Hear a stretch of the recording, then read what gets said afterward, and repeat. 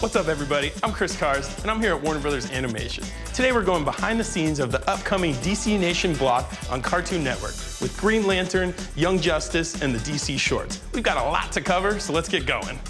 We're here today to talk to you about this DC Nation block. How did that idea come about? We do a lot of action shows for Cartoon Network from the DC universe. Justice League, Batman, Superman. Well, we've always wanted to explore some of the more obscure characters from the DC universe that might not ever get their own show, but not only explore them in terms of story, but also explore them in terms of style.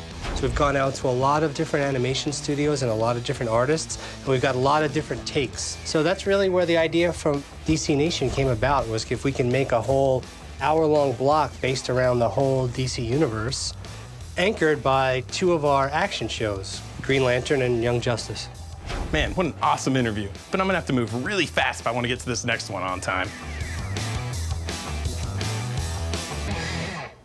Whoa.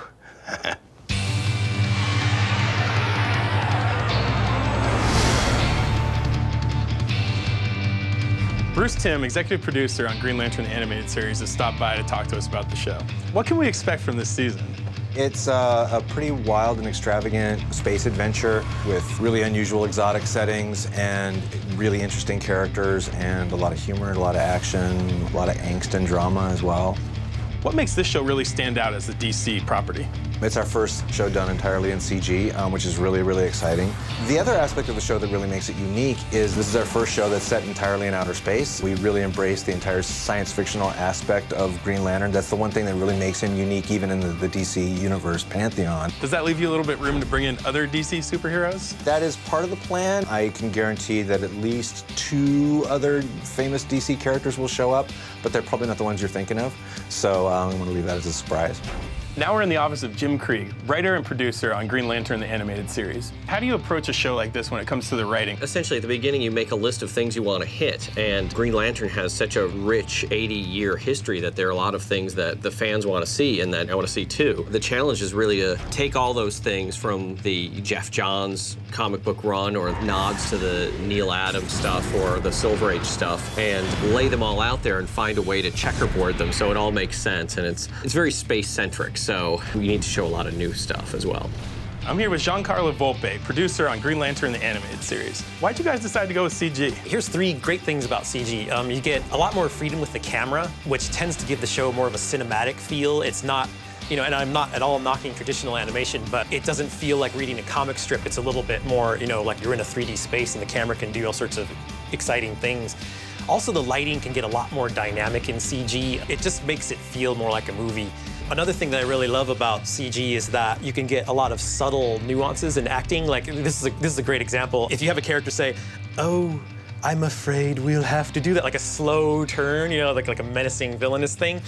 You can't really do that on a TV budget because they'll probably, the in-betweens will do this and the character will, the head will wobble around. But we can do like these subtle things like that I love. There's lots of like really good stuff about CG that I think will, make this show stand out. I'm hanging here with Vietti, art director and producer for Young Justice. Brandon, why do you think fans have really embraced this series like they have? There's something in it for everybody. There's a lot of fun superhero action, but there's a lot of really complicated mysteries and secrets and lies going on, and there's storytelling in there that's sophisticated enough for adults, but fun and accessible for kids as well. We're trying to tell more realistic stories. The artwork has to carry these stories.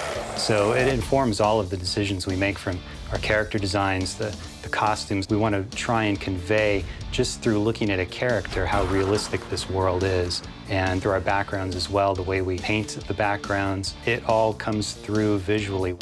The great thing about our second season of Young Justice is we're going to be introducing a lot of new characters, some of which haven't been animated before, which is really exciting to bring to life, some of our favorite characters from the comics in a whole new way.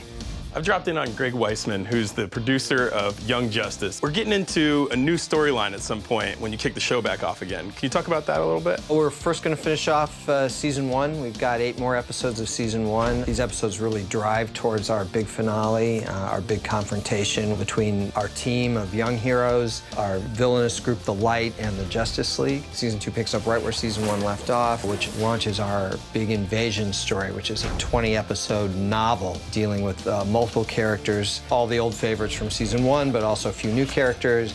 I'm very excited about the DC Nation block. I mean, particularly for our show, because we are a show that really goes across the whole DC universe. So the best place for us to be is DC Nation, where the audience can come either because they already love DC or because they're curious about it or they need to be introduced to it.